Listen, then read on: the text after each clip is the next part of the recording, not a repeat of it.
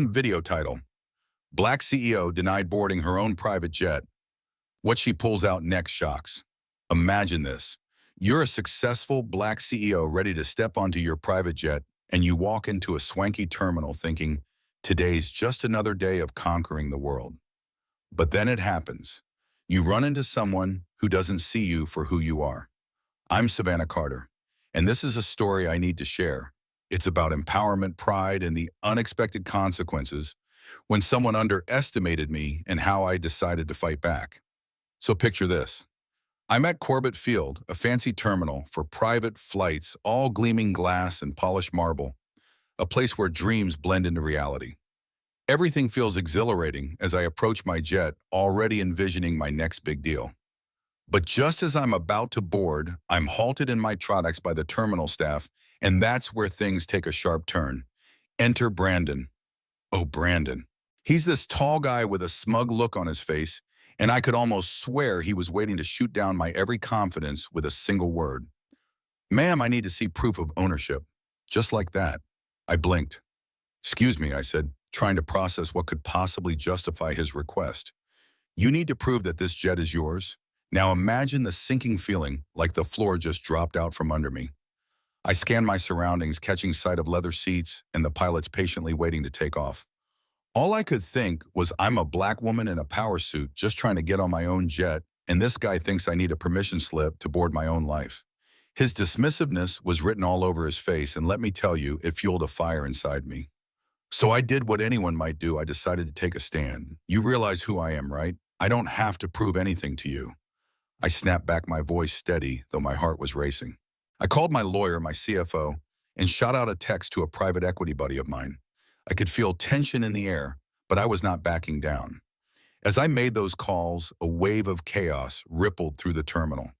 The real power was framing up behind me. This wasn't just a battle for respect. This was me asserting my place in a world that seemed hell-bent on denying me when the reality looked nothing like that fancy terminal. The engines of the jet were rumbling, but nothing compared to the roaring storm I was invoking. But as life would have it, just when I thought I was on the way to reestablishing control, my phone rang. It was Dr. Emerson, my family's doctor. My heart dropped. This was no casual call. Savannah, I need you to listen. There's a medical emergency involving Malia. Malia was my niece, just a kid full of life. And now her life was hanging by a thread. The gravity of my actions suddenly hit me like a ton of bricks. My battle for respect and power had consequences I hadn't anticipated. Savannah, the medical team can't get through to the hospital. Traffic's a nightmare because of the chaos you stirred at the terminal. Dr. Emerson said, urgency echoing in every word. I felt the air leave my lungs, like those moments when you realize your pride has hurt the very people you love most. Up until now, my victories had been about one thing: proving myself in a world that couldn't see me. And now here was proof that sometimes in the quest for respect, you might trample on what truly matters. When I finally got off the phone, I found my sister Danielle waiting for me with tears in her eyes. You have to fix this, Sav, she pleaded. Malia, she needs help, and you're tied up in this nonsense. Your pride is getting in the way. I wanted to scream, wanted to fight back against a world that wouldn't let me claim my space without hurdles.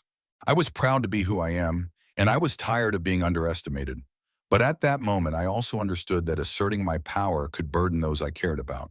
It felt as though I was standing at a crossroads, wrestling with my own identity. Was it worth the risk? Was my push for respect really costing me the love of my family? After a long moment of silence, I felt tears prickling at the corners of my eyes. Danielle, I'm so sorry. I didn't mean to put Malia in danger, I whispered, realizing the cost of my battle.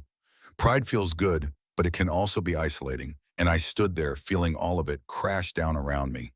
But right then and there, a decision formed in my mind.